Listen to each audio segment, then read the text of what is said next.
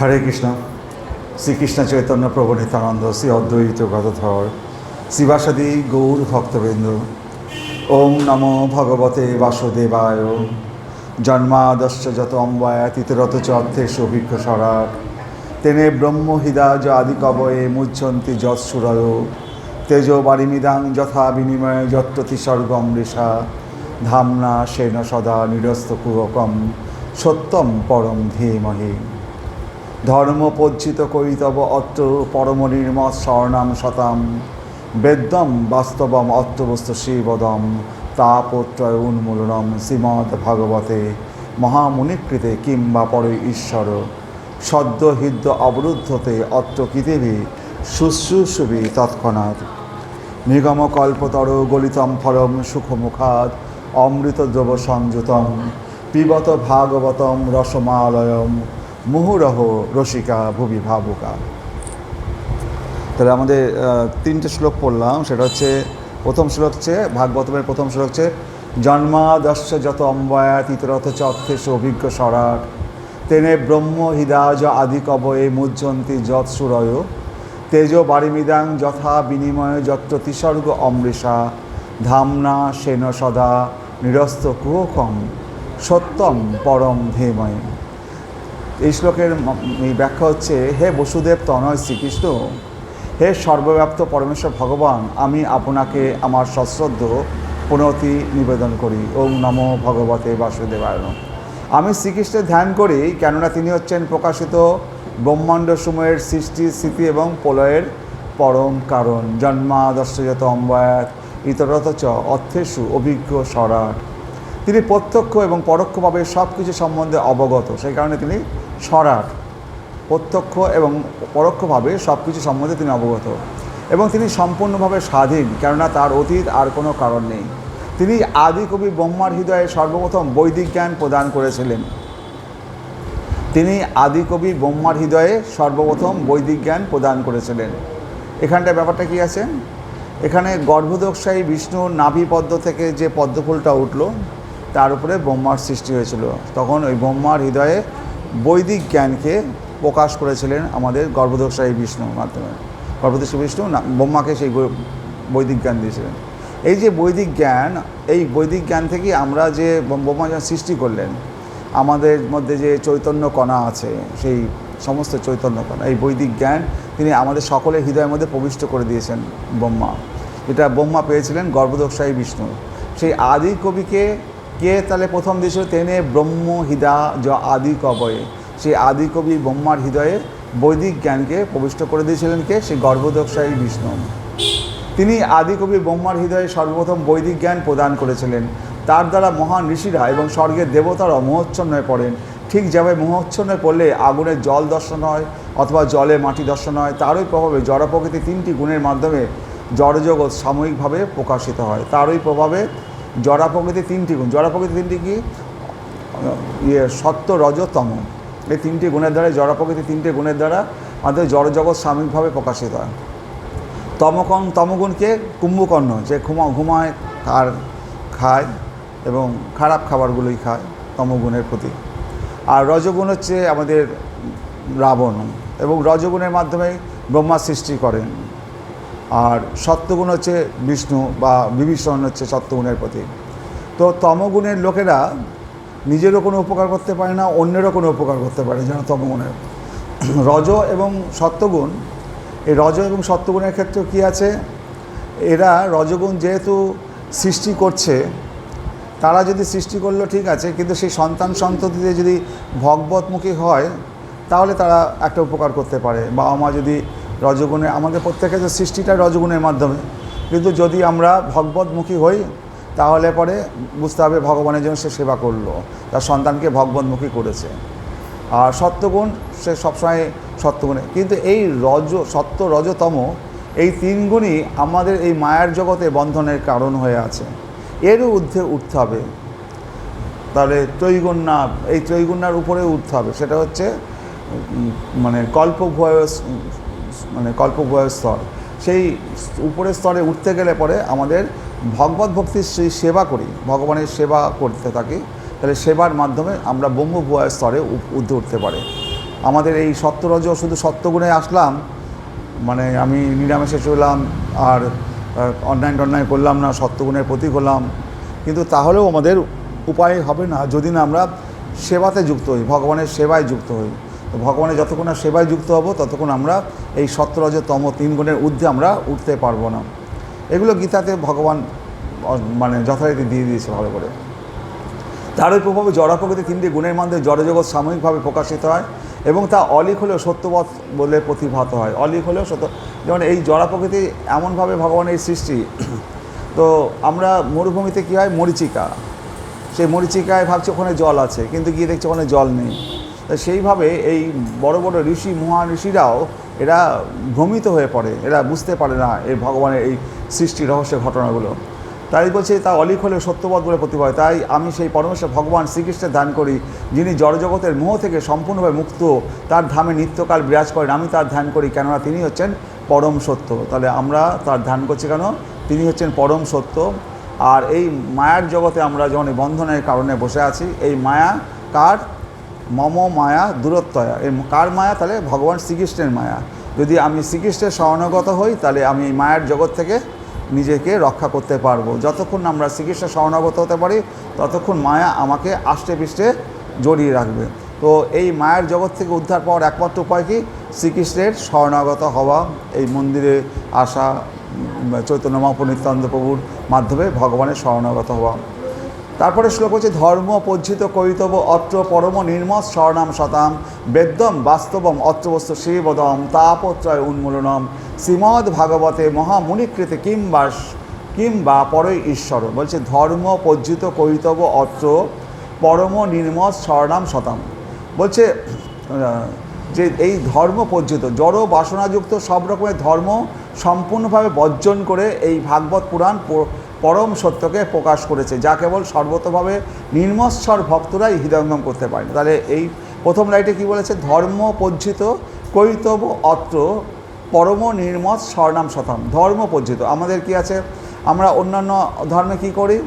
আমাদের ধনং দেই, যশং দেই, আমরা ধন দৌলত ঐশ্বর্য চাই, কিন্তু এই ধন দৌলত ঐশ্বর্য কি আমরা কেউ নিয়ে যেতে পারবো? কিছু নিয়ে যেতে পারবো না, এগুলো এইখানেই পড়ে থাকবে। আমার দেহটাই আজকে কাল সকালে দেখতে পাবো কিনা জানি না, আমরা ধন দৌলতের জন্য আমরা আকাঙ্ক্ষী হয়ে পড়ছি। তো সমস্ত ধর্মের মধ্যে কি আছে? ধন দৌলত ঐশ্বর্য চাওয়া এবং দেনা পাওনার ব্যাপার আছে। কিন্তু এই ভাগবত দেনা পাওনার ঊর্ধ্বে, এখানে কোনো দেনা পাওনার বিষয় নয়। এবং এই ভাগবত পাঠক কারা? যাদের হৃদয় নির্মৎসর হয়েছে। হৃদয় নির্মৎসর না হলে এই মন্দিরের ভিতরে ভাগবত পাঠ শ্রবণ করতে আসতেই পারবে না, হৃদয় নির্মৎসর না হলে। তো যাদের হৃদয় নির্মৎসর হয়েছে, নির্মৎসর মানে কি? আমরা অন্যের কারো কিছু দেখে হিংসা করা, লোভ লালসা, এই সমস্ত যে হিংসা প্রবৃত্তিগুলো, তমগুণগুলো, এই নির্মৎসর যারা হৃদয় যাদের মানে নির্মৎসর হয়েছে তারাই এই ধর্ম যাজন করতে পারে। তাই বলছে সদ্য হৃদ্য অবরুদ্ধতে অত্র পৃথিবী শুশ্রূষিত তৎক্ষণাৎ। তাহলে জড় বাসনা যদি সব রকমের ধর্ম সম্পূর্ণভাবে বর্জন করে এই ভাগবত পুরাণ পরম সত্যকে প্রকাশ করেছে, যা কেবল সর্বতভাবে নির্মৎসর ভক্তরাই হৃদয়ঙ্গম করতে পারেন। যারা নির্মৎসর, তাদের হৃদয় নির্মৎসর হয়েছে, তারাই এই ভাগবত কথা শ্রবণ করার অধিকারী। তো আপনারা মনে করবেন এই ভাগবত কথা আপনারা যাহামাত্র মন্দিরে এই ভাগবত কথা শ্রবণ করতে এসছেন, তার মানে বুঝতে হবে ভগবান আপনাদের হৃদয়কে নির্মৎসর করে দিয়েছে বলেই আপনারা প্রবেশ করতে পেরেছেন। হৃদয় নির্মৎসর না হলে পরে আপনারা প্রবেশই করতে পারতেন না। তো হরে কৃষ্ণ। তাহলে নির্মৎসর হৃদয়ে ভক্তরাই হৃদয় করতে পারে। পরম সত্য হচ্ছে পরম মঙ্গলময় বাস্তব বস্তু। সেই পরম সত্য কি? পরম মঙ্গলময় বাস্তব বস্তু। বাস্তব বস্তুটা কি? শ্রীকৃষ্ণ। বাস্তব বস্তু হচ্ছে শ্রীকৃষ্ণ। সেই শ্রীকৃষ্ণই আমাদের মূল বস্তু। আমরা কার সাধনা করতে চাই? শ্রীকৃষ্ণের। আমরা এত যে গ্রন্থ পড়ছি, এত পুরাণ, এত কিছু, বেদ উপনিষদ, বড় বড় ঋষি আমরা পড়ছে, দীর্ঘ বছর ধরে তপস্যা করছে, এক পায়ে দাঁড়িয়ে আছে, কেউ এক হাত উপরের দিকে আঙুল তুলে দাঁড়িয়ে আছে, কেউ কেদার বদ্রীতে বরফের মধ্যে বসে আছে সমস্ত বিষয়, কিন্তু তাদের একটাই লক্ষ্য সেই পরম বস্তু শ্রীকৃষ্ণকে অন্বেষণ করা, শ্রীকৃষ্ণকে পাওয়া।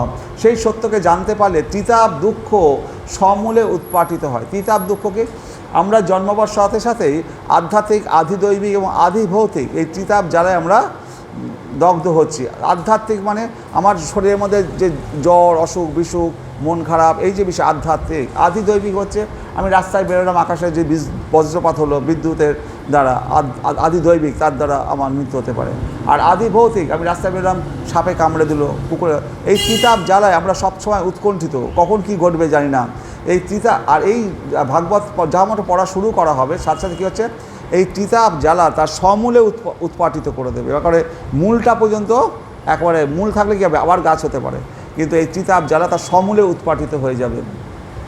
তা তিতাব দুঃখ সমূলে উৎপাটিত হয়। মহামুনি বেদব্যাস এই ভাগবত যে রচনা করেছেন, তিনি তো প্রথমে তো 18টা পুরাণ রচনা করেছিলেন, অন্যান্য বেদকে 4 ভাগে ভাগ করলেন, 18টা পুরাণ রচনা করে। তারপরে তিনি দেখলেন যে এই পুরাণ বেদের 4 ভাগে ভাগ করা সত্ত্বেও, এত কিছু করা সত্ত্বেও, তো আমি নিজেই ভগবানকে আমি হৃদয়ের মধ্যে সম্পূর্ণ পাচ্ছি না, তাহলে আমার গ্রন্থগুলো পড়ে শ্রোতারা, ভক্তরা কী করে পাবে? তখন তিনি যখন মানে মনক্ষুণ্ণ হয়ে সরস্বতী নদী তীরে অবস্থান করছে, তখন নারদ মুনি এসে তাকে জ্ঞান দিলেন যে তুমি শ্রীমদ্ ভাগবত রচনা করো, অমল পুরাণ রচনা করো, যে গ্রন্থের সত্য রজ তম এই 3টে গুণের ঊর্ধ্বে এই অমল পুরাণ। অন্যান্য যে গ্রন্থ আগে পুরাণগুলো রচনা করেছিলেন ব্যাসদেব, তো সেখানে তিনি কোথাও সত্যগুণ সম্বন্ধে লিখেছেন, তার মধ্যে রজতম গুণ মিশে গেছে, কোথাও তমগুণ বেশি, কোথাও রজগুণ বেশি। এই পুরাণগুলো পড়লে কী হবে, সেই সমস্ত ভক্তদের ভিতরে রজগুণ বৃদ্ধি পাবে, তমগুণ বৃদ্ধি পাবে, এই সমস্ত জগা খিচুড়ি হয়ে যাবে। তো এমন পুরাণ রচনা করে সেখানে সম্পূর্ণ একেবারে অমল পুরাণ, যার মধ্যে কোনো মল থাকবে না। অমল মানে যার মধ্যে কোনো মল নেই। যেমন কানের মধ্যে যে খোল থাকে তাকে বলে মল, এই সমস্ত নোংরা জিনিস। হ্যাঁ, তো মল, কোনো মল থাকবে না। আপনি চিনির যে মিষ্টির দলা, আপনি সামনের দিকে কামড় দিন আর পিছনের দিকে কামড় দিন, সব জায়গায় যেন মিষ্টিত্ব থাকে। সেই পুরাণের, সেই শ্রীমদ্ ভাগবতমের আমি প্রথমে পড়ুন আর শেষে পড়ুন, সব জায়গায় তিনি সব জায়গায় অমল পুরাণ, তার মধ্যে কোনো মল নেই। তাহলে এই ভাগবতটা কে রচনা করলেন? ব্যাসদেব রচনা করলেন। সদ্য হৃদ্য অবরুদ্ধতে অত্র পৃথিবী শুশ্রূষবি তৎক্ষণাৎ। এই মহাপুরাণ যে শ্রোতা এবং ভাগবত পাঠক যখনই তারা শ্রবণ করতে বসবে, বসার সাথে সাথে এই ভগবান, স্বয়ং ভগবান শ্রীকৃষ্ণ তার হৃদয়ের মধ্যে অবরুদ্ধতে অত্র পৃথিবী শুশ্রূষবি তৎক্ষণাৎ ভগবান শ্রীকৃষ্ণ তার হৃদয়ের মধ্যে অবরুদ্ধ হয়ে পড়বে। এরকম কথা আমাদের যত আধ্যাত্মিক শাস্ত্র আছে, কোনো শাস্ত্রে এইভাবে লেখেনি যে আমি ভাগবত পড়ার সাথে সাথে ভগবান আমার হৃদয়ের মধ্যে অবরুদ্ধ হয়ে পড়বে, এই খাঁচার মধ্যে, হৃদয় খাঁচার মধ্যে ভগবান বন্দী হয়ে যাবে। এত বড় কথা শাস্ত্র একবারে শ্রীমদ্ ভাগবতমের 2য় শ্লোকেই ব্যাসদেব ঘোষণা করে দিচ্ছেন যে এই পুরাণ যারা শ্রবণ করতে বসবে তারা নিশ্চিন্ত থাকুন, ভগবান তার হৃদয়ের মধ্যে অবরুদ্ধ হয়ে যাবে এই ভাগবত পাঠ শ্রবণ। তারপর বলছে নিগম কল্পতর গলিতম ফলম সুখ মুখাদ অমৃত দ্রব সংযুতম পিবত ভাগবতম রসমালয় মুহুরহ রসিকা ভুবি ভাবুকা। নিগম শাস্ত্র কি? বেদকে বলা হয় নিগম শাস্ত্র। আমরা যা কিছু শাস্ত্র পৃথিবীতে আছে, যদি বেদকে মানে তবেই হচ্ছে সে শাস্ত্র, হচ্ছে আমাদের সনাতন ধর্মের শাস্ত্র। যদি বেদ না মানে তাহলে পরে আমরা সেই শাস্ত্রকে আমরা মানি না। হ্যাঁ, যেমন বুদ্ধ বেদকে না মানিয়া হইল বুদ্ধ, আমরা নাস্তিক হলো, বেদকে না মানিয়া বুদ্ধ হইল নাস্তিক। তো যদিও বুদ্ধদেবকে আমরা বেদকে মানেনি বলে আমরা নাস্তিক বলেছি, কিন্তু এটাও ভগবানের, এটা সেই সময় ভগবানের বুদ্ধদেব ভগবানকে অবতার বলে আমরা মানি। তার কারণ হচ্ছে এই কারণে, সেই সময় এমন পশু হত্যা বেড়ে গেছিলো। বেদের লেখা আছে যে যাগ যজ্ঞে সমস্ত পশু হত্যার বিষয়, আর বেদের ওই কথাগুলোকে নিয়ে সেই সময়কার মানে হিন্দু ধর্মের সব লোকেরা তারা পশু হত্যা করা শুরু করেছিল। এবং এইভাবে যদি পশু হত্যা করতো, পৃথিবীতে পশু নিঃশেষ হয়ে যেত। সবাই যদি পশু খাওয়ার জন্য এত লালায়িত হয়ে যায়, তাহলে পশু আজকে পাওয়া যেত? পশু পাওয়া যেত না। তাদেরকে রক্ষা করার জন্য বুদ্ধদেব, ভগবানই বুদ্ধদেব অবতার হয়ে আসেন। তিনি এসে বললেন আমি বেদ মানি না। কেন বললেন কথাটা? তাহলে বেদে কথাটা দিয়ে তো উপমা দেবে, বেদে লেখা আছে। বুদ্ধদেব বললেন আমি বেদই মানি না, তুমি আমাকে উপমা কী দেবে? তো বেদ না মানিয়া বুদ্ধ হইল নাস্তিক, কিন্তু তিনি এই জীব সকলকে তিনি রক্ষা করার জন্য তিনি বৌদ্ধ ধর্ম প্রচার করেছিলেন। যার ফলে আজকে এই যে পশুগুলোকে দেখতে পাচ্ছি, এখনও দেখতে পাচ্ছি, কিন্তু আমাদের হিন্দু ধর্মের মানুষেরা এত মানে কি বলবো, হিংসাত্মক হয়ে উঠেছে। তারা জামাই ষষ্ঠী বলুন আর বড় কোনো অনুষ্ঠান বলুন, তাদের পশু হত্যা না করলে তাদের বাড়িতে অনুষ্ঠান হয় না। তো এই অবস্থার মধ্যে আমরা এই কলিযুগে বাস করছি। তো কোথায় সেখানে একটা শুভ দিন সেই শুভ দিনগুলোতে তাদের যেমন বছরের প্রথম দিন, যেমন নববর্ষের প্রথম দিন, এবং শুভ দিনগুলো দেখা যাচ্ছে পশু হত্যার জন্য মানে ব্যাপক হারে বেড়ে যায়। এবং মানুষ, এই হিন্দু ধর্মের মানুষেরা এই পশু হত্যা করতে তাদের এক মুহূর্ত তাদের হাত পা কাঁপে না। ওই পশুটাও তো কোনো বাবা মার সন্তান, তারও তো একটা জীবন ধারা নিয়ে এসছে, কিন্তু আমরা বুঝতে চাই না যে ওরও একটা জীবন আছে, ওর জীবনটাকে ধ্বংস করে আমরা খাচ্ছি। তার ফলশ্রুতি আমাদের কি পাপ হচ্ছে না? পরবর্তী জীবনে আমিও তো পশু হতে পারি, তখন আমার কি হবে? মানুষ তো জন্মমৃত্যুর চক্রে আবর্তিত হচ্ছে। আজকে আমরা মনুষ্য দেহ পেয়েছি, কালকে পরের জন্মে যদি আবার ওই পশুটা হয়ে জন্মায়, তখন আমার কি হবে? তখন সেটা ভাবতে পারছে না। হরে কৃষ্ণ। তো এইভাবে জন্মমৃত্যুর চক্রে মানুষ যে আবর্তিত হচ্ছে, এই বৈদিক শাস্ত্র না পড়ার ফলে তারা মূর্খের মতো তারা এইভাবে পাপে জড়িয়ে পড়ছে। হরে কৃষ্ণ। তাহলে নিগম কল্প, নিগম শাস্ত্র হচ্ছে বেদ, নিগম কল্প, কল্প মানে বৃক্ষ, কল্প বৃক্ষ, নিগম কল্প তর গলিতম ফলম। সেই বেদরূপী কল্প বৃক্ষের তার ফলটা কীরকম? গলিতম ফলম। তো আমরা যদি আম খাই, আমের চোকলা এবং তার মাঝখানে যে আটিটা ফেলে দিই, কিন্তু এই ফলটা কীরকম? এর কিছু ফেলার নেই, পুরো একেবারে গলিতম ফলম, পুরো একেবারে রসালো ফল। একেবারে আমরা যে আইসক্রিম খাই, একেবারে পুরো রসালো ফল, গলিতম ফলম, তার কিছু বাদ দেওয়া যাবে না, গলিতম ফলম। এবং এই গলিতম ফলটা কীভাবে এসছে? সুখ মুখাদ, সুখদেব গোস্বামীর মুখ থেকে নিঃসৃত হয়েছে। সুখ মুখাদ, সুখদেব গোস্বামীর নাম কথা কেন বলা হলো? সুখ পাখি যদি কোনো টিয়া পাখি কোনো গাছের ফলে মুখ দেয়, জানবেন ওই গাছের সব ফলের মধ্যে সবচেয়ে সেরা যে মিষ্টত্ব ফল, সেই ফলটাতেই ওই সুখ পাখি মুখ দেবে। তো সেই সুখ পাখির মুখনিসৃত যে ফল, সেটা অমৃতের থেকেও বহুগুণ সেটা সুস্বাদু। এই অমৃত ফল, এই যে শ্রীমদ্ ভাগবত কার মুখ থেকে আমরা শুনছি? সুখ মুখাত, সেই সুখদেব গোস্বামীর কাছ থেকে। আমরা যে হরেকৃষ্ণ নামটা আমরা শ্রবণ করেছি, কার কাছ থেকে পেয়েছি? স্বয়ং ভগবান শ্রীকৃষ্ণের মুখ নিঃসৃত। গীতাটা কার? স্বয়ং ভগবানের মুখ নিঃসৃত গীতা, অন্য কারোর মুখ নিঃসৃত নয়, স্বয়ং ভগবানের মুখ নিঃসৃত গীতা, শ্রীমদ্ ভাগবত গীতা। আর এই শ্রীমদ্ ভাগবতম যেটা আমরা পড়ছি, এটা সুখ মুখাত, সেটা আর অমৃত দ্রব্য সংযুতম, সেটা অমৃত দ্রব্য সংযুতম। এই দ্রব্য, এই গলিত যে ফল, সেটা বলছে পিবত ভাগবতম। এই ভাগবত শাস্ত্র প্রতিদিন পান করুন। পিবত ভাগবতম রস মালয়ম, এবং এটা রস স্বরূপ। মালয়ম মানে আইসক্রিমের মতো মালয়ম। মুহুরহ রসিকা ভুবি ভাবুকা। হে রসিক ভক্তবিন্দু, রসিক শব্দটা ব্যবহার করা হলো কেন? যারা রসিক মানে কি? যারা ভগবানের গুণলীলা কীর্তন শ্রবণে আকর্ষিত হয়, সেই রসিক ভক্ত। যাদের হৃদয়ে রসিক নয়, যারা এই সমস্ত রস আস্বাদন করার যোগ্য নয়, তারা তো এই আস্বাদন করতে পারবে না। রস আস্বাদন করার জন্য তো আলাদা কান চাই। যেমন আপনি গান শোনেন, গান শোনার জন্য কী আছে? আপনারা গান শুনছেন। যদি আপনার ক্লাসিক্যাল গান হয়, আপনারা যারা ক্লাসিক্যাল কোনোদিন গান শোনেননি, আপনারা কিছুক্ষণ শোনার পর বাড়ি চলে যাবেন, কারণ হয়তো উচ্চাঙ্গ সঙ্গীত আমি তো জানি না। কিন্তু যে রসিক, যে ক্লাসিক্যাল গান শুনে শুনে অভ্যস্ত, সে কিন্তু উঠবে না, সে সারা রাত বসে থাকবে। তো আমাদের রসিক ভক্ত হতে হবে। আমরা শ্রীমদ্ ভাগবতমের রসিক ভক্ত হবে। শুনে শুনে আমাদের কান তৈরি করতে হবে, শ্রবণ করার ইচ্ছা জাগ্রত করতে হবে, ভগবানের প্রতি প্রেম ভালোবাসা রতি এইগুলোকে বৃদ্ধি করতে হবে। তবেই তো আমরা রসিক হব। নইলে পরে কী হবে? আসলাম, এটা কিসের মূর্তি, কী দিয়ে তৈরি করেছে, এইরকম যদি জ্ঞান হয়, তাহলে সে তো রসিক নয়, সে তো মাটি পাথর খুঁজে বেড়াচ্ছে মূর্তিটা কিসের হয়েছে। ওটা যে ভগবান, ওটা মাটি পাথর নয়, ওটা স্বয়ং ভগবানের বিগ্রহ। এই জ্ঞান ধারণা যার নেই, সে তো রসিক নয়। রসিক হতে হবে না, সে ভগবানের বিগ্রহ দেখে তার সামনে ভুল লুণ্ঠিত হয়ে পড়ে যেতে হবে। এখানে যে ভক্তরা রয়েছে তাদের পদরজ গায়ে মাখবে, তবে সে রসিক হতে পারবে। তাই বলছি যে পিবত ভাগবতম রসমালয়ম মুহুরহ রসিকা ভুবি ভাবুকা। মুহুরহ মানে এই যে ভাগবত শাস্ত্র প্রতিদিন পাঠ করার কথা বলা হচ্ছে। যে কেন পাঠ করতে বলছে? যেমন আমাদের যদি ডায়াবেটিস বা অন্যান্য রোগ হয়, সকালে উঠে বা প্রেশারের রোগ হয়, তারা কি করে? সকালবেলায় একবার টিফিন করার পরেই একটা ট্যাবলেট তাদের খেতে হবে, না খেলে পরেই যখন তখন তারা মাথা ঘুরে পড়ে যেতে পারে। ঠিক সেই রকম এই ভাগবত শাস্ত্র রসিকা ভুবি ভাবকা, প্রতিদিন আমরা যেন এই ভাগবত শাস্ত্র পাঠ করতে থাকি। হ্যাঁ, তাহলে পরে আমাদের মানে আজকে পড়লাম আর 10 বছর বাদে আরেকদিন পড়লাম, আর 2 বছর বাদে একবার পড়লাম, তা না, প্রতিদিন পড়তে হবে। রসিকা ভুবি ভাবকা মূঢ় রসিকা ভুবি। তাহলে তারপর হচ্ছে এই বলছে ভগবান ত্রিবিধ মূর্তিতে অবতীর্ণ হন।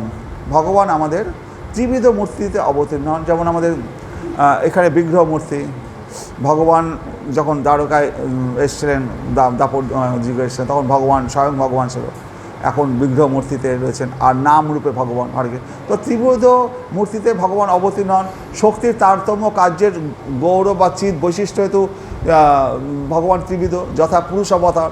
পুরুষ অবতার কাকে বলে? ভগবান ত্রিবিধ যে রূপে আসে পুরুষ, তার মধ্যে একটা পুরুষ অবতার আছেন, কারণদক্ষায় বিষ্ণু, গর্ভদক্ষায় বিষ্ণু, ক্রীড়দক্ষায় বিষ্ণু।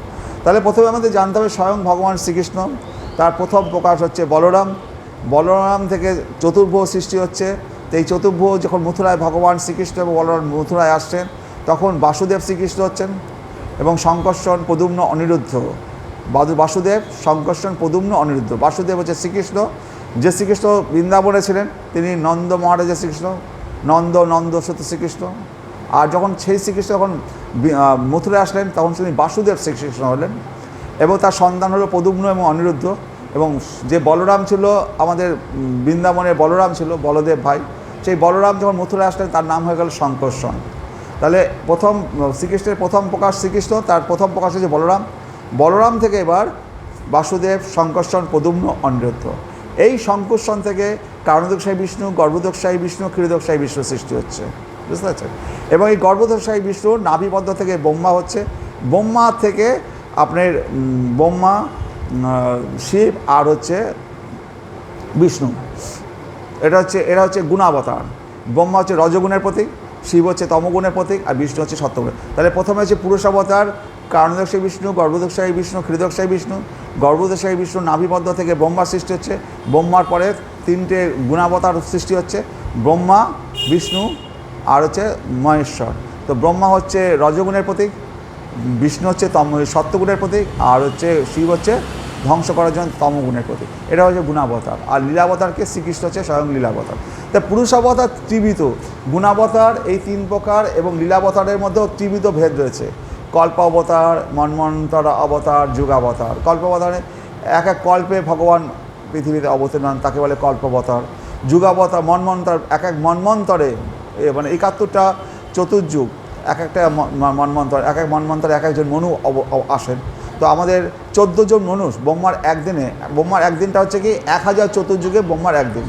তো 1000 চতুর্যুগে ব্রহ্মার 14 জন মনু আসেন, এবং 14 জন মনু যদি 1000 চতুর্যুগকে ভোগ করেন, তাহলে এক একজনের ভাগে 71 চতুর্যুগ করে তারা রাজত্ব করেন। তো এটাকে এই এক এক মন্বন্তরে যে অবতাররা আসে তাকে বলে মন্বন্তর অবতার।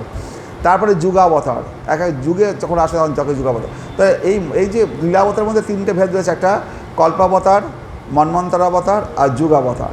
আর এরা আবার শুক্ল, রক্ত, শ্যাম ও পীত, এই চারটি যুগাবতার। এর মধ্যে শুক্ল, রক্ত, শ্যাম ও পীত, পীত বর্ণ হচ্ছে আমাদের চৈতন্য মহাপীত বর্ণের। তো আর হচ্ছে শ্যাম বর্ণ হচ্ছে তারপরে শ্রীকৃষ্ণ, তারপরে রক্ত হচ্ছে আমাদের যখন যজ্ঞ হয় লাল রক্ত। এই শুক্ল, রক্ত, শ্যাম ও পীত এই চারটে হচ্ছে আমাদের যুগাবতার বলা হয় এদের গায়ের রঙের অনুযায়ী। তো ইহার মধ্যে বৈবস্বত মন্বন্তরে শ্যাম ও পীতের বৈশিষ্ট্য বর্তমান। সত্য, তেতা, দাপর, কলি 4 যুগ জানি, এই সেই 4 যুগে দিব্য 1 যুগ মানি, 71 চতুর্যুগে 1 মন্বন্তর। বলছি যে এই সত্য, তেতা, দাপর, কলিকে আমরা 4টে যুগকে যদি একসাথে করি, তাহলে সেই যুগকে বলা হয় মানে 1 চতুর্যুগ। সত্য, তেতা, দাপর, কলি। আমাদের কলিযুগ হচ্ছে 4,32,000 বছর, তার ডবল করলে পরে 8,64,000 বছর যে দাপর যুগ, তার সাথে আর 4,32,000 যদি যোগ করি তাহলে হচ্ছে সেটা ত্রেতার যুগ, তার সাথে আরও 4,32,000 যোগ করি তাহলে হচ্ছে সেটা সত্য যুগ। এই সত্য, তেতা, দাপর, কলি মিলে 4টে যুগের যোগফল হচ্ছে 43,20,000 বছর। এই 43,20,000 বলে 4টে যুগে একত্রে কী বলা হয়? 1 চতুর্যুগ। 1 চতুর্যুগ। এরকম 1000 চতুর্যুগ হচ্ছে ব্রহ্মার 12 ঘন্টা একটা দিন, আর 1000 চতুর্যুগ হচ্ছে ব্রহ্মার একটা রাত্রি। তো এই 1000 চতুর্যুগের সৃষ্টিকার্য হয়, আর ব্রহ্মার যে একটা রাত্রি 1000 চতুর্যুগ, সেই রাত্রিকালে ধ্বংসলীলা চলে, সমস্ত কিছু প্রলয়ের সমস্ত কিছু শেষ হয়ে যায়। আবার ব্রহ্মার একটা দিন বাদে আবার সৃষ্টি হবে, তখন আবার নতুন করে পৃথিবী ভেসে উঠবে, আবার সব মানুষ জন্ম নিতে থাকবে, যে যার কর্ম অনুযায়ী আবার সমস্ত জীব সৃষ্টি হবে।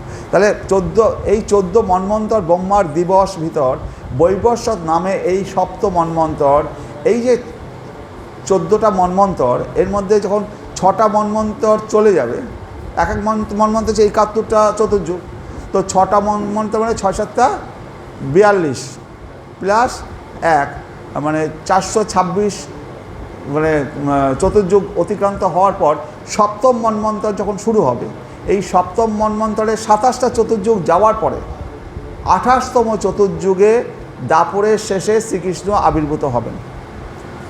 তাহলে শ্রীকৃষ্ণ যে আবির্ভূত হয়েছেন, কবে আবির্ভূত হয়েছেন? আমাদের এক এক চতুর্যুগ হচ্ছে মানে এক একটা মনু হচ্ছে 71 চতুর্যুগ। তো 6টা মনু অতিক্রান্ত হওয়ার পর সপ্তম মনু হচ্ছে বৈবস্বত মনু। এই বৈবস্বত মনুর রাজত্বকালে 27 মন্বন্তর যাওয়ার পরে 28তম মন্বন্তর মানে 28তম চতুর্যুগ শুরু হবে। সেই চতুর্যুগের দাপরের শেষে শ্রীকৃষ্ণ এই পৃথিবীতে অবতীর্ণ হয়েছিলেন। শ্রীকৃষ্ণ অবতীর্ণ হওয়ার পরে 5000 বছর অতিক্রান্ত হয়েছে। তা আজ থেকে 500 বছর আগে ভগবান চৈতন্য মহাপ্রভু এসছেন। তারপরে এখন প্রায় 550-600 বছর হতে চললো, 550 বছর অতিক্রান্ত হয়ে গেছে। তো আমরা এখন এখানে অবস্থান করছি। আমরা কোথায় অবস্থান করছি? যে ব্রহ্মার যে 1000 চতুর্যুগ, তার মধ্যে 6টা মন্বন্তর, 6টা মনুর রাজত্ব শেষ হয়ে গেছে। সপ্তম মন্বন্তর বৈবস্বত মনুর রাজত্বকালের দাপরের সাথে 27টা মনু, 27টা চতুর্যুগ বৈবস্বত যে মনু, তার 27টা চতুর্যুগ অতিক্রান্ত হয়ে গেছে। তারপরে যে 28তম চতুর্যুগ শুরু হয়েছে, তার দাপরের শেষে শ্রীকৃষ্ণ এসছেন। সেই শ্রীকৃষ্ণ আসার পরে 5500 বছর বাদে আমরা এখানে বসে হরে কৃষ্ণ নাম শুনছি, ভাগবত পাঠ শ্রবণ করছি। তো আমাদের জানতে হবে আমরা কোথায় বসে আছি। সেই ভগবান অন্তর্ধান হওয়ার 5500 বছর বাদে আমরা এই মন্দিরে বসে আছি। হরে কৃষ্ণ। তাহলে ব্রজের সহিত কৃষ্ণের প্রকাশের যুগধর্ম প্রবর্তম নাম ও সংকীর্তন। তার বলছে এই 27 যুগ গেলে তাহার অন্তর 28 চতুর্যুগে দাপরের শেষে ব্রজের সহিত কৃষ্ণের প্রকাশ। এই 28 দাপরের শেষে 28 চতুর্যুগে দাপরের শেষে ব্রজের সহিত কৃষ্ণের প্রকাশ হয় আমাদের বৃন্দাবনে। যুগধর্ম প্রবর্তম নাম ও সংকীর্তন। এই তারপরে মানে শ্রীকৃষ্ণের অন্তর্ধানের পরে 5500 বছর পরে 5500 বছর পরে মহাপ্রভু এসেছিলেন। 500 বছর মহাপ্রভু পরে এখন 500 বছর অতিক্রান্ত।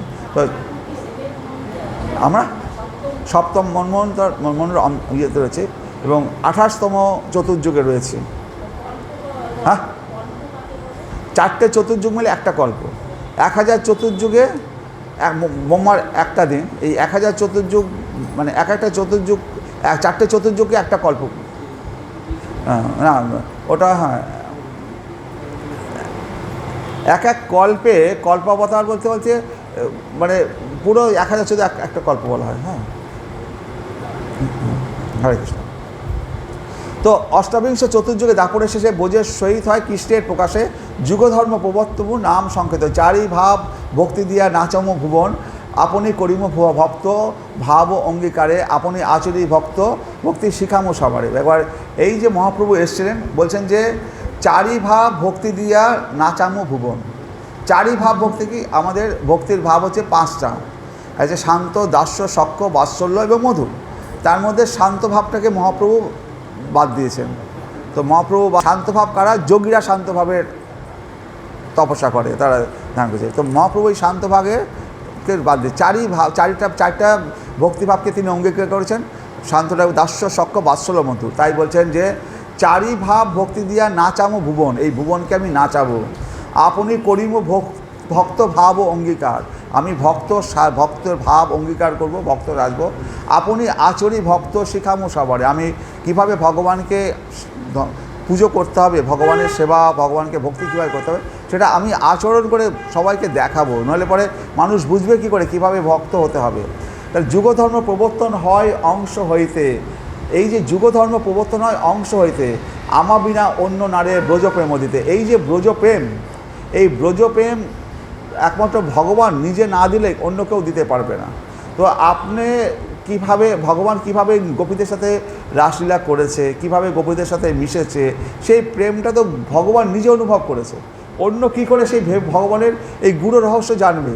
সেই ভগবানই যদি সেই প্রেমটা আমাদের সামনে প্রকাশ করে তবেই তো আমরা জানতে পারবো ভগবান কীভাবে ব্রজের গোপীদের সাথে তিনি রাসলীলায় অংশগ্রহণ করেছে, তাদের প্রেমটা কী ছিল।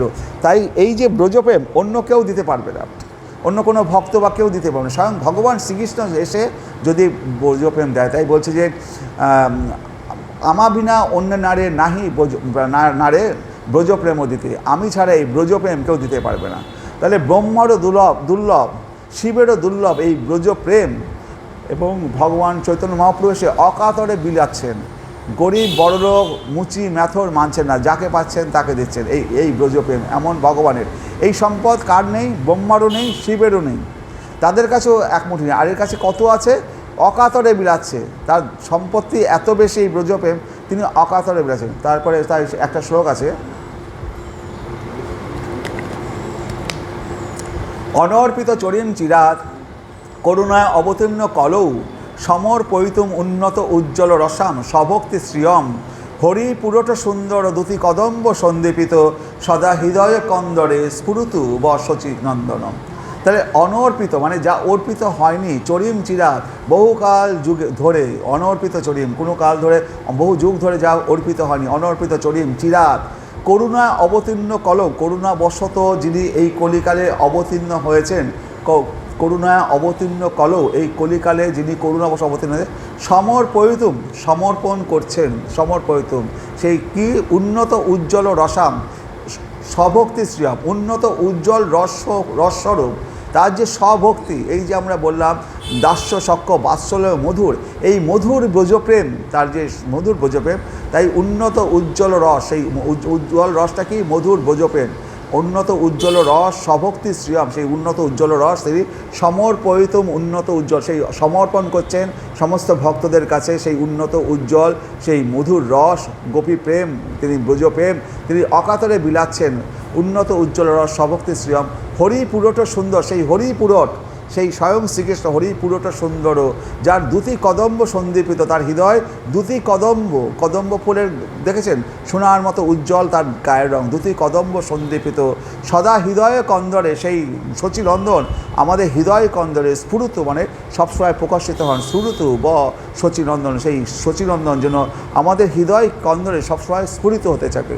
তো আমাদের হৃদয় কন্দরে যদি শচীনন্দন স্ফুরিত হয় তাহলে তো আমাদের সেই ভক্তি প্রেম জাগ্রত হবে। তাই বলছে অনর্পিত চরিম চিরাত করুণা অবতীর্ণ কলৌ সমর্পয়িতুম উন্নত উজ্জ্বল রসাম স্বভক্তি শ্রিয়ম হরি পুরট সুন্দর দুতি কদম্ব সন্দীপিত সদা হৃদয় কন্দরে স্ফুরুতু ব শচীনন্দন, সেই শচীনন্দন যেন আমাদের হৃদয় কন্দরে সবসময় তিনি যেন নৃত্য করতে থাকেন, স্ফুরিত হতে থাকেন। অবতীর্ণ হইলা কৃষ্ণ আপনি নদী, সেই কৃষ্ণই সেই হরি পুরট সুন্দর শচীনন্দন হয়ে আমাদের এই নদিয়া অবতীর্ণ হয়েছেন।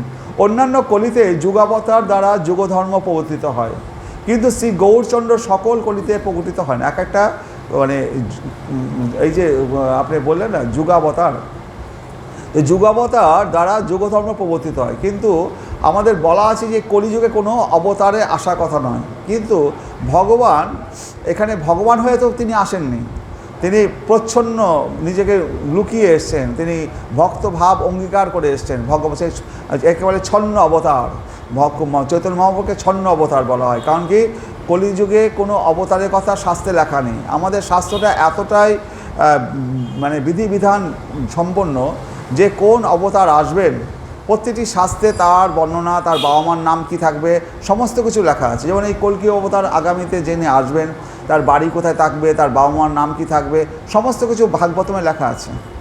বুদ্ধদেব যখন আসবেন তার আগেও শাস্ত্রে লেখা আছে বুদ্ধদেবের মা বাবা কোথায় থাকবে, তার বাবার নাম কী থাকবে, মার নাম কী থাকবে, তার কোথায় তার বাড়ি থাকবে, সব শাস্ত্রে লেখা আছে। সেই অনুযায়ী জন্মগ্রহণ হয়। চৈতন্য মহাপ্রভু আসার আগেও সমস্ত শাস্ত্রে লেখা আছে তিনি নদিয়ায় কোথায় জন্মগ্রহণ করবেন, তার মায়ের নাম কী থাকবে, তার বাবার নাম কী থাকবে, সমস্ত শাস্ত্রে আমাদের পূর্বেই লেখা থাকে। তো সেই কারণে এই কলিযুগে তো যুগাবতারের আসার কথা নয়, তবু মহাপ্রভু স্বয়ং ভগবান শ্রীকৃষ্ণ আসছেন, তাই তিনি ছন্নরূপে আসলেন। তিনি যেহেতু ভগবানের আসার কথা নয়, তিনি স্বয়ং ভগবান তিনি ছন্নরূপে ভক্তভাব অঙ্গীকার করে রাধা ভাব অদ্যুতি সুমিলিতম নৌমি কৃষ্ণ স্বরূপম, সেই রাধা ভাবকে অঙ্গীকার করে আমাদের উদ্ধারের জন্য স্বয়ং ভগবান মানে গৌর রূপে আমাদের সে গোড়া রূপে আমাদের মহাপ্রভু রূপে এই নদিয়ায় এসছেন। তাহলে গৌরচন্দ্র সকল কলিতে প্রকটিত হন না। এইবার এই যে গৌরচন্দ্র এই যে কলিকালে এসছেন, তো এত কলিকাল, কলিকাল তো একটা কলিকাল না, এর আগে আপনার প্রত্যেকটি চতুর্যুগে একটা করে কলিকাল আছে, 1000 চতুর্যুগে 1000টা কলিকাল আছে। কিন্তু এই 1000 চতুর্যুগের মধ্যে এই কলিকালেই মহাপ্রভু এসছেন। তাহলে আমরা কত ভাগ্যবান যে এই কলিযুগে ভগবান চৈতন্য মহাপ্রভু এসছেন। আর কোনো এত যে কলিকাল আসবে এই 1000 চতুর্যুগের মধ্যে 1000টা কলিকাল আসবে, কারণ এক একটা চতুর্যুগে একটা করে কলিকাল থাকছে, প্রত্যেক সত্যতেতা দাপর কলি একটা চতুর্যুগ, তাহলে প্রত্যেক চতুর্যুগে একটা করে কলিকাল আছে। এই চতুর্যুগে কলিকাল এসছে, কিন্তু আমরা এতটাই ভাগ্যবান যে এই কলিকালে স্বয়ং চৈতন্য মহাপ্রভু এসছেন, অন্য কোনো কলিকালে ভগবান চৈতন্য মহাপ্রভু আসবেন না। তাই বলছে তিনি ব্রহ্মার অহরাত্রের মধ্যে তিনি একবার প্রকট লীলা করেন, 2 কল্পে 1 অহরাত্র। দিবা বা সৃষ্টি বা রাত্র বা প্রলয় কালকে অহরাত্র বলে। দিবাভাগের শেষ সন্ধ্যায় শ্বেত বরাহ কল্পে সপ্তম বৈবস্বত মন্বন্তরে অষ্টবিংশ চতুর্যুগের দাপরের শেষে ব্রজের সহিত শ্রীকৃষ্ণচন্দ্র প্রকট বিহার করেন। আর কলিযুগের প্রথম সন্ধ্যায় শ্রী নবদ্বীপ চন্দ্র প্রকটিত হন। এই নিয়ম অনুসারেই উভয়ের আবির্ভাব ঘটিয়াছে। যে সময়ে স্বয়ংরূপ প্রকটিত হন তৎস সকল মূর্তি ও অবতার তাহাতে মিলিত হয়। ব্রজের অসুর সংহার লীলায় বিষ্ণুদ্বারে করেন কৃষ্ণ অসুর সংহার।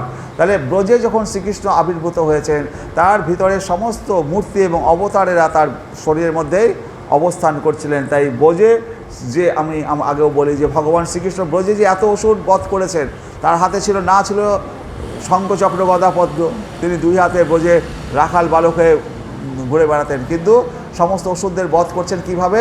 তার শরীরের মধ্যে সমস্ত বিষ্ণু অবতারেরা অবস্থান করছে, তারা সেই সমস্ত অসুরদের বধ করছেন। তাই কি বলা হয়েছে? বিষ্ণুদ্বারে করেন কৃষ্ণ অসুর সংহার। তাহলে সংহার লীলায় বিষ্ণুদ্বারে কৃষ্ণ অসুর সংহার করেন, তজ্জন্য শ্রীকৃষ্ণ ও শ্রী গৌরাঙ্গ উভয়ই স্বয়ং রূপ ও অবতারী। সেই কারণে শ্রীকৃষ্ণ এবং গৌরাঙ্গ মহাপ্রভু এরা স্বয়ং রূপ অবতারী। অবতার আর অবতারী মানে কি? অবতারীর থেকে সমস্ত অবতারদের সৃষ্টি হয়। যেমন গঙ্গোত্রী, হিমালয় পাহাড়ের যে গঙ্গার সৃষ্টি হচ্ছে, সেইখান থেকে সমস্ত গঙ্গা নেমে আসছে এবং তার থেকে অনেক শাখা পোশাখা সৃষ্টি হয়, কিন্তু প্রথম সৃষ্টিটা কোথা থেকে হচ্ছে? গঙ্গোত্রী থেকে আকারে বুঝে, ঠিক তাকে বলে অবতারী, যেখান থেকে সমস্ত অবতাররা সৃষ্টি হয়। সেই মহাপ্রভু আমাদের চৈতন্য মহাপ্রভু ছিলেন অবতারী, আর ব্রজের শ্রীকৃষ্ণ হচ্ছেন অবতারী। এদের থেকে যত অবতার, আপনার বলরাম, গর্ভদোষায়ী বিষ্ণু, কারণদোষায়ী বিষ্ণু, হৃদোষায়ী বিষ্ণু, ব্রহ্মা মহেশ্বর, তারপর হচ্ছে বিষ্ণু, তারপরে নারায়ণ বলুন, আর পরপর যত অবতার আছে, বামন অবতার, রাম অবতার, যত অবতার আছে, পরপর যত অবতার আছে, সব ওই শ্রীকৃষ্ণ যে দ্বিভুজ মুনিদারী শ্রীকৃষ্ণ, ব্রজের শ্রীকৃষ্ণ, ওই দ্বিভুজ শ্রীকৃষ্ণ হচ্ছে অবতারী, তার থেকে সমস্ত কিছুর এই ইয়ে হচ্ছে। তো হচ্ছে কীভাবে? তিনি এই দ্বিভুজ মুনিদারী শ্রীকৃষ্ণ, তার প্রথম প্রকাশ বলরাম, এই বলরামকে প্রকাশ করা পর্যন্তই তার কাজ। এবার বলরাম থেকে সমস্ত সৃষ্টিলীলা চলছে। হরে কৃষ্ণ। তাহলে ঈশ্বর পরমকৃষ্ণ সচ্চিদানন্দ বিগ্রহ অনাদি আদি গোবিন্দ সর্বকারণ কারণম। শ্রীকৃষ্ণ যিনি গোবিন্দ নামেও পরিচিত, তিনি হচ্ছেন পরম ঈশ্বর। তার রূপ সচ্চিদানন্দময়, নিত্য জ্ঞানময় এবং আনন্দময়। তিনি হচ্ছেন সব কিছুর পরম উৎস, তার কোনো উৎস নেই, কেননা তিনি হচ্ছেন সমস্ত কারণের পরম কারণ। তার মধ্যে শ্রী গৌরাঙ্গ অবতারে মুখ্য গৌণবেদে কতকগুলি উদ্দেশ্য সাধিত হইয়াছে। শ্রীরাধিকার প্রণয় মাধুর্য আস্বাদন ও প্রেমভক্তি প্রচারই মুখ্য উদ্দেশ্য।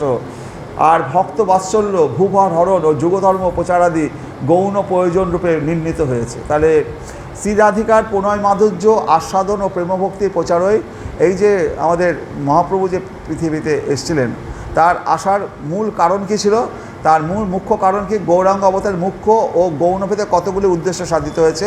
একটা হচ্ছে শ্রীরাধিকার প্রণয় মাধুর্য আস্বাদন ও প্রেমভক্তি প্রচারই মুখ্য উদ্দেশ্য। শ্রীরাধিকা কীভাবে শ্রীকৃষ্ণের সাথে প্রেম করেছে, রাধিকা যেভাবে, তো শ্রীকৃষ্ণ সেটা জানতে পারেনি। কারণ কি? এখানে আশ্রয় তত্ত্ব এবং বিষয় তত্ত্ব আছে।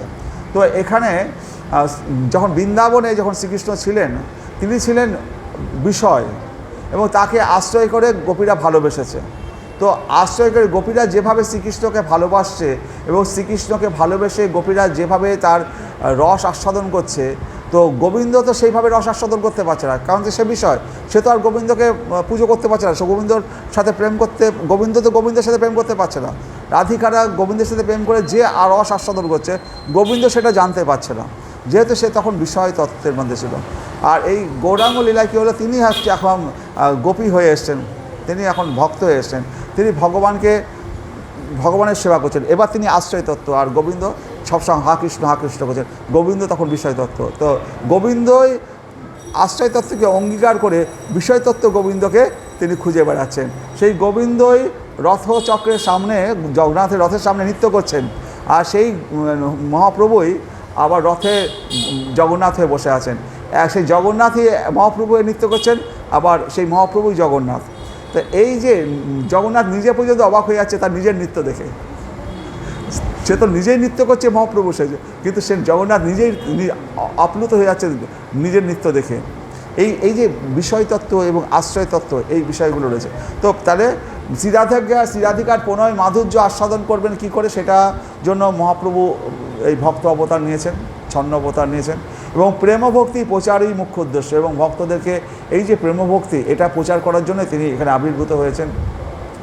আর ভক্তবাৎসল্য, ভূভার হরণ ও যুগধর্ম প্রচারীদের গৌণ প্রয়োজন। এই ভক্তবাৎসল্য, ভূভার হরণ, যুগধর্ম প্রচার, এসব হচ্ছে তার গৌণ প্রচার, গৌণ, মুখ্য নয়। এগুলো এর সাথে আনুষঙ্গিকভাবেই চলে আসে। আপনি যখন মহাপ্রভু এই লীলাগুলো কাজ করছে তখন এগুলো আপনা আপনি আসে। যদি আপনি একটা বিরাট বড় বাড়ি একটা বানান, ওই বাড়িতে জল আসবে কিনা এগুলো বলতে হয় না, জল বাথরুম থাকবে কিনা এগুলোকে বলার দরকার আছে, এগুলো থাকবেই। এত বড় একটা বাড়ি, তার বাড়িতে জল থাকবে না, বাথরুম থাকবে না, এরকম হতে পারে না। তাই এগুলো আপনা আপনিই চলে আসবে। তো মৎস্য পুরাণের এই ভার বহনকারীর ব্যাপারে বলেছে মৎস্য অবতারে দেখতে পাওয়া যায়। সে তো বরাহকল্পে বৈবস্বত্থাক্ষ সপ্তম মন্বন্তরে অষ্টবিংশ চতুর্যুগে দাপরের শেষে শিব ভগবান ত্রিধা মূর্তিতে বেদব্যাস, বলরাম ও কেশব রূপে ভূভার হরণার্থ অবতীর্ণ হইয়াছেন। তাহলে এই দাপর যুগে যখন ভগবান শ্রীকৃষ্ণ আসছেন, সেই দাপর যুগে ভূভার হরণার্থে তিনি কী রূপ নিয়েছেন? ত্রিধা মূর্তিতে বেদব্যাস, ব্যাসদেব ভগবানের অবতার, বেদব্যাস রূপে এসছেন তিনি।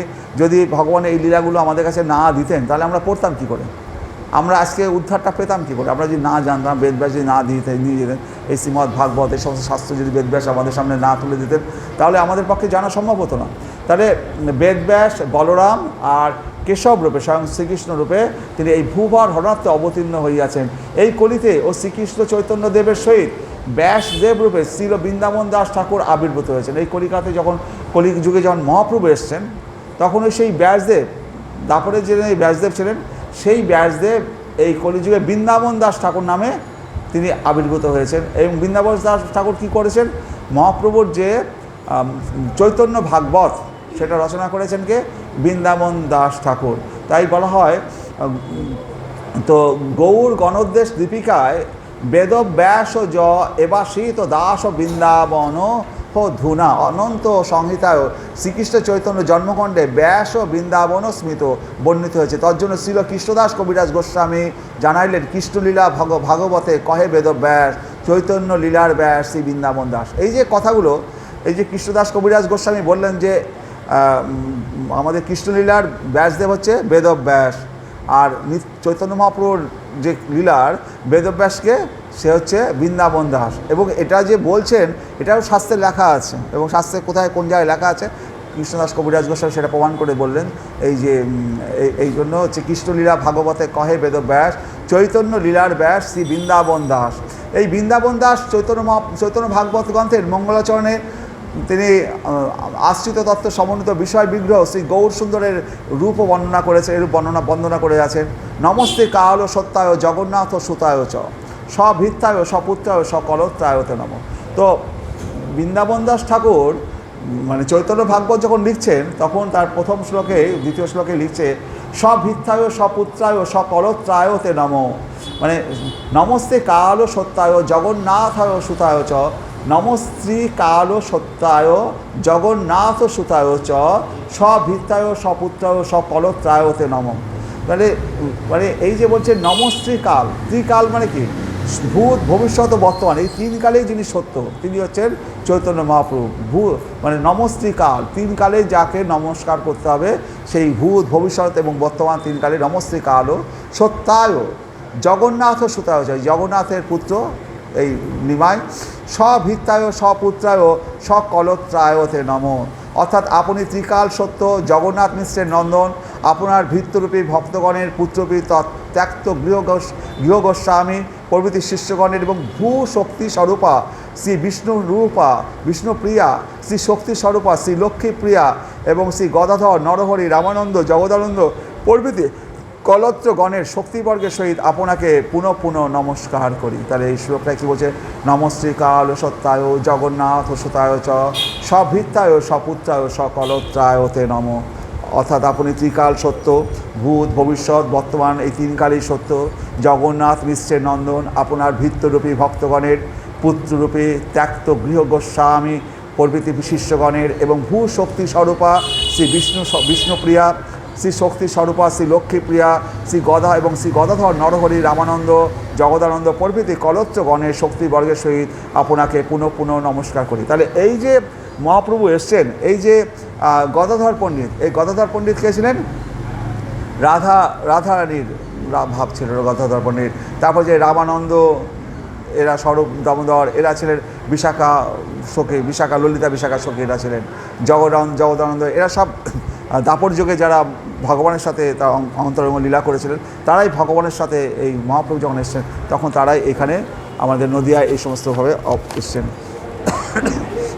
ভগবত বিষয়ক গ্রন্থে মঙ্গলাচরণ অনিবার্য, কারণ মেধা বুদ্ধি ছাড়াও ভগবত কৃপার বিশেষ প্রয়োজন। আমরা মানে ভগবত বিষয়ক গ্রন্থে মঙ্গলাচরণ অনিবার্য।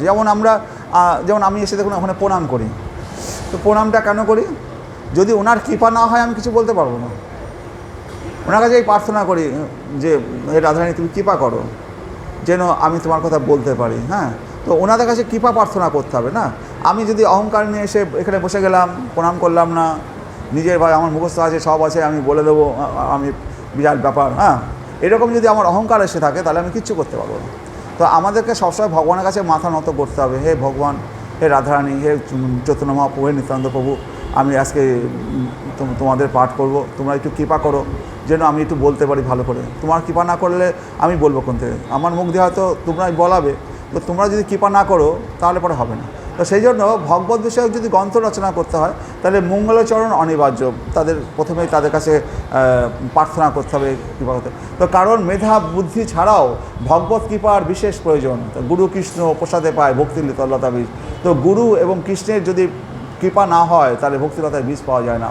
বৃন্দাবন দাস ঠাকুর চৈতন্য ভাগবত গ্রন্থে প্রথমে যে মঙ্গলাচরণ করেছেন, আজানুলম্বিত ভুজৌ কনকাবদাতৌ সংকীর্তনৈক পিতরৌ কমলাতাক্ষ বিশ্বম্ভর দ্বিজবরৌ যুগধর্ম পালৌ বন্দে জগৎ প্রিয়কর করুণা অবতারৌ। এইটা হচ্ছে মানে চৈতন্য ভাগবত, বৃন্দাবন দাস ঠাকুর যে ভাগবত লিখেছেন তার প্রথম শ্লোকটা এটা। এত সুন্দর এই শ্লোকটা, আমি যখন প্রথম পড়ি আমি মুগ্ধ হয়ে গেছিলাম এই শ্লোকটা পড়ে, যে এত সুন্দর শ্লোক। আজানুলম্বিত ভুজৌ, তার চৈতন্য মহাপ্রভুর ভুজ হাত দুটো কেমন, এই যে হাঁটু পর্যন্ত তার হাতটা প্রসারিত। আজানুলম্বিত ভুজৌ কনকা বদাতৌ, তার গায়ের রং কনক মানে সোনার গায়ে, কনকা বদাতৌ সংকীর্তনৈক পিতরৌ, সংকীর্তন যজ্ঞের পিতা, সংকীর্তনৈক পিতরৌ মানে এই যে হরে কৃষ্ণ নাম, হরে কৃষ্ণ কৃষ্ণ কৃষ্ণ হরে হরে, হরে রাম রাম রাম হরে। তো মহাপ্রভু আসার আগেও তো নামটা ছিল, কিন্তু মহাপ্রভু যখন আসলেন, আসার সাথে সাথে সেই দিন কেমন চন্দ্রগ্রহণ ছিল, সকলেই চান করতে যাচ্ছে আর হরেকৃষ্ণ নাম করছে। মহাপ্রভু একবারে হরেকৃষ্ণ নাম নিয়ে যেন তিনি আবির্ভূত হলেন। এই হরেকৃষ্ণ নাম সংকীর্তন যজ্ঞের পিতাকে চৈতন্য, সংকীর্তনৈক পিতরৌ কমলায় তাক্ষ, যার চোখ দুটো কমল পদ্মফুলের মতো কমলায় তাক্ষ বিশ্বম্ভরৌ দ্বিজবরৌ, এবং বিশ্বম্ভর যে বিশ্বকে মানে ভরণ পোষণ করায়, বিশ্বম্ভরৌ দ্বিজবরৌ দুই ব্রাহ্মণ পুত্র, কে চৈতন্য মহাপ্রভু আর নিত্যানন্দ, দ্বিজবরৌ দুই ব্রাহ্মণ পুত্র দ্বিজবরৌ যুগধর্ম পালো, এই যুগধর্মকে তিনি পালন করবেন। এই হরেকৃষ্ণ নাম হচ্ছে এই কলিযুগের যুগধর্ম। এত তো মহাপুরুষরা এসছে, কিন্তু সকলেই স্বীকার করতে বাধ্য হয়েছে এই যে হরেকৃষ্ণ নামের উপরে কোনো মন্ত্র নেই। এই কলিযুগে আর সমস্ত মন্ত্র হচ্ছে মানে একটা ধরা সাপ আছে না, যার বিশ্বে কোনো মানুষ মরে না, আর সমস্ত শাস্ত্রের হচ্ছে বিষ হচ্ছে ধরা সাপের মতো, ওই মন্ত্রের দ্বারা কোনো কাজ হবে না, একমাত্র হরেকৃষ্ণ নাম, হরেকৃষ্ণ নাম ছাড়া কোনো। তাই বলছে বিশ্বম্ভর দ্বিজবরৌ যুগধর্ম পালো, এই যুগধর্ম পালন করেছেন কি হরেকৃষ্ণ নাম দিয়ে। বন্দে জগৎ প্রিয় করো, এই জগৎকে প্রিয় করো। প্রিয় করো মানে কি? প্রিয় কে করে? আপনার মেয়ের বিয়ে হচ্ছে না, কারোর কাছে গেলেন, আপনাকে কিছু টাকা দিয়ে দিল, মেয়ের বিয়েটা উদ্ধার হয়ে গেলো, আপনার প্রিয় হলো, যে আমার উপকার করেছে, প্রিয় করো। আর এই মহাপ্রভুকে জগৎ প্রিয় করো, সমস্ত জগৎবাসীর প্রিয়কারী, এমন প্রিয় করছেন সবাইকে তিনি উদ্ধার করে গোলক বৃন্দাবনে নিয়ে যাবেন। এইরকম ভগবান যে এত বড় আপনাকে প্রিয় করার জন্য, আপনার উপকার করার জন্য দাঁড়িয়ে আছে। জগৎ প্রিয় করো, করুণা অবতার, তার মতো করুণাশীল এইরকম ভগবান আর কোনো অবতারে আসেনি। অন্যান্য অবতারে শ্রীকৃষ্ণ এসছেন, তার আগে রাম অবতারে রামচন্দ্র এসছেন, আরও বামন অবতার এসছেন, সমস্ত অবতারে সব ভগবানরা এসছেন।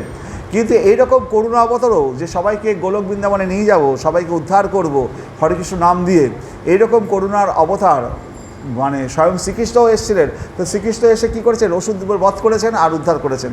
কিন্তু এই করুণা অবতার কাউকে বধ করার দরকার পড়েনি, শুধু হরেকৃষ্ণ নাম প্রচার করে দিয়ে গেছেন। আর এমনই এই নামটা এমনই যখন দক্ষিণ ভারতে গিয়ে মহাপ্রভু এই নাম প্রচার করছেন, তো এখানে যে দু একজন ভক্ত আছে তাকে হয়তো নামটা বললেন, হরেকৃষ্ণ নাম তাকে প্রচার করলেন। সেই ভক্ত যখন রাস্তা দিয়ে যাচ্ছে, ওই ভক্তকে দর্শন করছে যারা, তারাও হরেকৃষ্ণ নাম করছে। মানে এই এমন কী বলবো, আমাদের কী ভাইরাস এসেছিলো, করোনা ভাইরাসে কী ভাইরাস, করোনা ভাইরাস, দেখলে পরে রোগ হয়ে যায়। ঠিক সেরকম মহাপ্রভুর হরেকৃষ্ণ নামের এমন তার ভাইরাস, যে ওই নাম শুনছে সেই মোহিত হয়ে যাচ্ছে। এখন করোনা ভাইরাসকে তো জগৎকে তিনি উদ্ধার করে চলছেন। এমন তার নামের দিব্যলীলা যে বনের পশু পাখিরা, একটা বাঘের গায়ে পা পড়েছে, সে হরেকৃষ্ণ নাম করতে শুরু করে দিয়েছে। সেই বাঘকে জড়িয়ে ধরে হরিণ পর্যন্ত নাচছে, হরেকৃষ্ণ নাম করছে। ওকে যে দেখছে সে পশু পর্যন্ত নাচা শুরু করছে।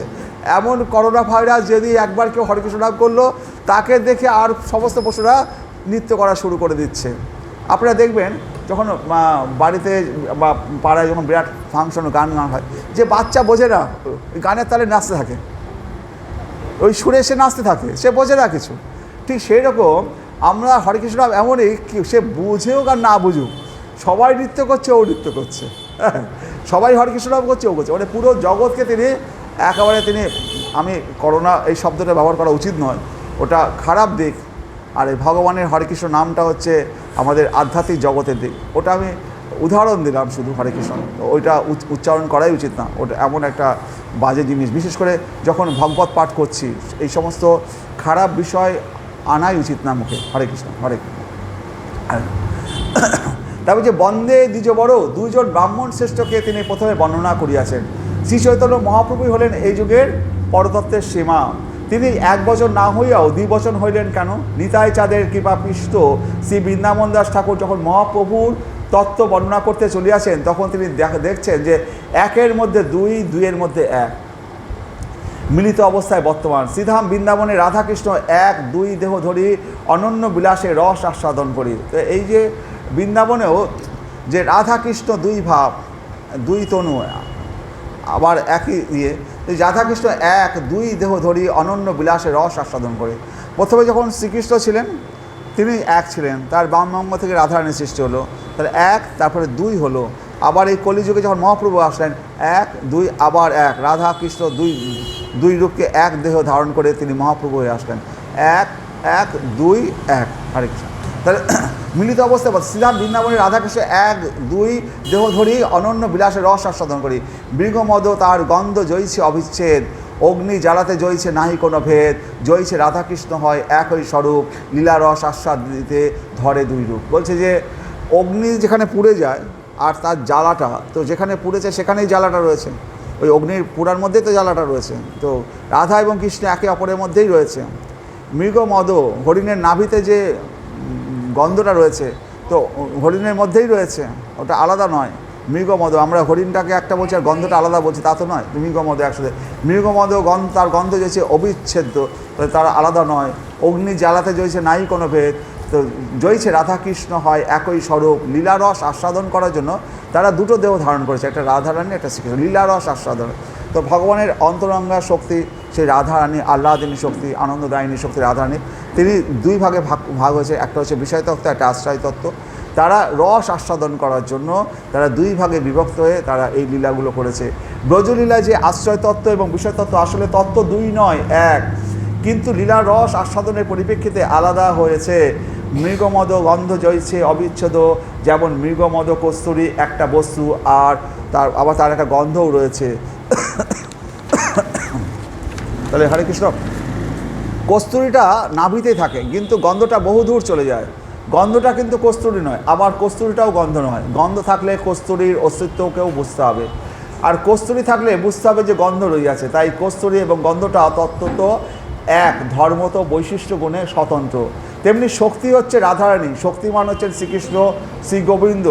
জড়বিজ্ঞানীরা কখনোই কস্তুরীকে এবং গন্ধকে আলাদা করে কোনো রূপ দিতে পারেন না, কিন্তু সর্বশক্তিমান ইচ্ছাময়, তার পক্ষে সবই সম্ভব।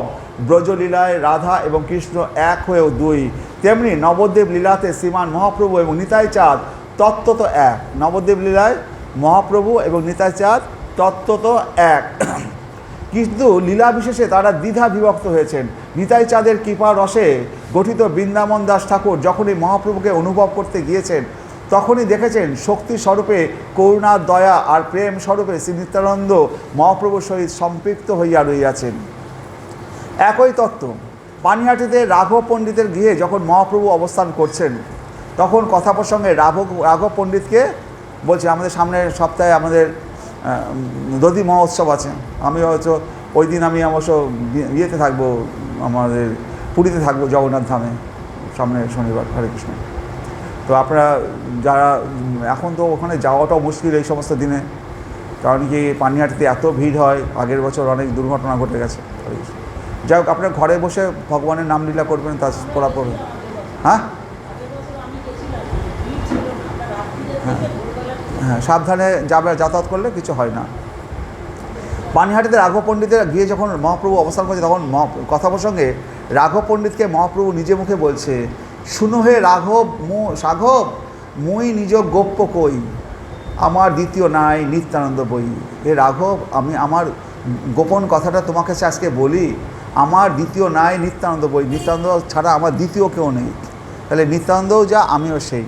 তাহলে এটা স্বয়ং মহাপ্রভু রাঘব পণ্ডিতকে বলছেন, শোনো হে রাঘব, মুই নিজ গোপ্য কই, আমি তোমাকে নিজের গোপন কথাটা বলি, আমার দ্বিতীয় নাই নিত্যানন্দ বই। রাঘব শোনো, তোমাকে একটা অত্যন্ত গোপন সংবাদ জানাচ্ছি, আর কাউকে বলিনি এবার, আর এবং বলবও না, আমার দ্বিতীয় নাই নিত্যানন্দ বই, নিত্যানন্দ ছাড়া আমার দ্বিতীয় নেই। তাহলে মহাপ্রভু আমরা দেখতে পাই, যখন মহাপ্রভু পুরীতে রয়েছেন, তখন মহাপ্রভু আমাদের এই গৌরবাসী, আমরা যারা এই মানে আমাদের নবদ্বীপের চারদিকে আমরা যারা বাস করছি গৌরবাসী, এদের কথা চিন্তা করে মহাপ্রভু এদের যাতে কী করে উদ্ধার করবে, তাই জন্য নিতাই চাঁদকে তিনি গৌড়ে পাঠিয়ে দিলেন। হে নিতাই, তুমি গৌড়ে যাও, তুমি গিয়ে ধর্ম প্রচার করো, আমি তো মার কাছে প্রতিজ্ঞাবদ্ধ, আমি পুরীধামে থাকবো, আমি তো যেতে পারবো না, কিন্তু তুমি গিয়ে এদেরকে নাম প্রচার করো এবং এই হরিনাম সংকীর্তন বিচার বিলাও। তাহলে মহাপ্রভু আমাদের জন্য কতটা চিন্তা করেন। হ্যাঁ, তিনি আমাদের পিতা সন্তানের কথা চিন্তা করবেন না? তিনি নিতাই চাঁদকে আমাদের কাছে পাঠিয়ে দিয়েছিলেন, এবং নিতাই চাঁদ কী করেছিলেন, এখানে এসে তার লীলা করেছিলেন নানা রকম। আমি এবং নিতাই আমরা এক সত্তা, একই তত্ত্ব বিশেষ। যেমন একটা টাকার মুদ্রার এ পিঠ একরকম দেখতে হয়, আর এক পিঠ আর এক রকম দেখতে হয়, সেটা যেমন দুই নয় একই, তাই একই তত্ত্বের একদিকে শ্রী চৈতন্য আর একদিকে অবধূত শ্রী নিতাই চাঁদ সম্পৃক্ত হয়ে রয়েছেন। চৈতন্য ভাগবত প্রণয়ন করতে গিয়ে অভীষ্টজনকে ধ্যান করেছেন বৃন্দাবন দাস ঠাকুর। দেখছেন দুইটি স্বরূপ একই ভূত হয়ে রয়েছে, আসলে তো দুই। এইটি অনুভব করেই দ্বিবচনাত্মক বিশেষণে মঙ্গলাচরণে বন্দনা করেছেন, বন্দে দ্বিজবরৌ। ব্রাহ্মণদের মধ্যে যে দ্বাদশটি গুণ রয়েছে, সেই গুণগুলি কেন অবতারেই পূর্বে প্রকাশিত হয় নাই? একমাত্র শ্রী চৈতন্য মহাপ্রভু এই কলিযুগে ব্রাহ্মণের দ্বাদশ গুণকে ধারণ করেছেন। তো এই যে বন্দে দ্বিজবরৌ, দ্বিজ মানে কি, যারা ব্রাহ্মণ তাদেরকে দ্বিজ বলা হয়। তো বন্দে দ্বিজবরৌ, এই দুইজন ব্রাহ্মণ পুত্রকে আমরা বন্দনা করি। সেই দ্বিজবরকে, দুই ব্রাহ্মণ সন্তানকে, এক চৈতন্য মহাপ্রভু আর নিত্যানন্দ প্রভু, তাদেরকে। আর ব্রাহ্মণের কী আছে, তাদের যে পৈতা থাকে না, পৈতার মধ্যে 12টা ভাগ থাকে, 12টা সুতো থাকে একটা পৈতার মধ্যে। এই যে ব্রাহ্মণের 12টা গুণ থাকার কথা, এই দ্বাদশ গুণ ব্রাহ্মণের সেভাবে প্রচারিত হয়নি। আর এই 12টা গুণকে প্রচার করার জন্য এই দ্বিজবর, এই ব্রাহ্মণ সন্তান চৈতন্য মহাপ্রভু নিত্যানন্দ প্রভু আজকে এই কলিযুগে তারা অবতীর্ণ হয়েছে। তাই বলছি যে হ্যাঁ, 9টা গুণ, তো এখানে 12টা গুণের কথা বলা হয়েছে ব্রাহ্মণের, আরও 3টে গুণ আছে, দ্বাদশ গুণ। তাই বলছি দ্বিজ বন্দে, তাই বলছি যে ব্রাহ্মণের মধ্যে যে দ্বাদশটি গুণ রইয়াছে সেই গুণগুলো কেন কোনো অবতারে পরিপূর্ণভাবে প্রকাশিত হয় নাই? একমাত্র শ্রী চৈতন্য মহাপ্রভু এই কলিযুগে ব্রাহ্মণের দ্বাদশ গুণকে ধারণ করেছেন। ত্রেতা যুগে প্রভু শ্রী রামচন্দ্র ক্ষত্রিয়, সেখানে চতুরাশ্রম চতুর্বর্ণে বিচারে তিনি ক্ষত্রিয় বর্ণ বিশেষে, তাই তার মধ্যে ব্রাহ্মণের গুণগুলো ক্রিয়াশীল থাকলেও সেটি ব্যবহারিক হিসাবে ধরা যাবে না, পারমার্থিক বিচারে ধরা যেতে পারে। তেমনি দাপরে শ্রী গোবিন্দ গোপ বালক, ব্রজলীলায় তিনি বৈশ্য ব্রাহ্মণ নন, কিন্তু কলিযুগে তারাই ব্রাহ্মণের ঘরে জন্মগ্রহণ করলেন। কোনো ব্রাহ্মণের যে মুখ্য 12টি সৎ গুণাবলী সেটাই প্রকাশ করতে পারে না। তাই জন্য শ্রী নিত্যানন্দ প্রভু এবং মহাপ্রভু ব্রাহ্মণ কুলকে আশ্রয় করে অবতীর্ণ হলেন। এই দ্বাদশ গুণ মহাপ্রভু নরলীলাতেই প্রকাশ পেল। সেই কারণে বৃন্দাবন দাস ঠাকুর বলেছেন, দ্বিজ বড়ও এই দুই বিপ্রশ্রেষ্ঠ অবতীর্ণ হলেন। তারা কেমন? করুণা অবতার, তারা হচ্ছে করুণার অবতার। তাহলে আর একটু পড়বো নাকি? হ্যাঁ, শেষ করে দিই নাকি? হরে কৃষ্ণ কৃষ্ণ কৃষ্ণ হরে হরে, হরে রাম রাম রাম হরে হরে। জয় শ্রীকৃষ্ণ চৈতন্য প্রভু নিত্যানন্দ, শ্রী অদ্বৈত গদাধর, শিবাসাদি গৌর ভক্তবৃন্দ। হরে কৃষ্ণ।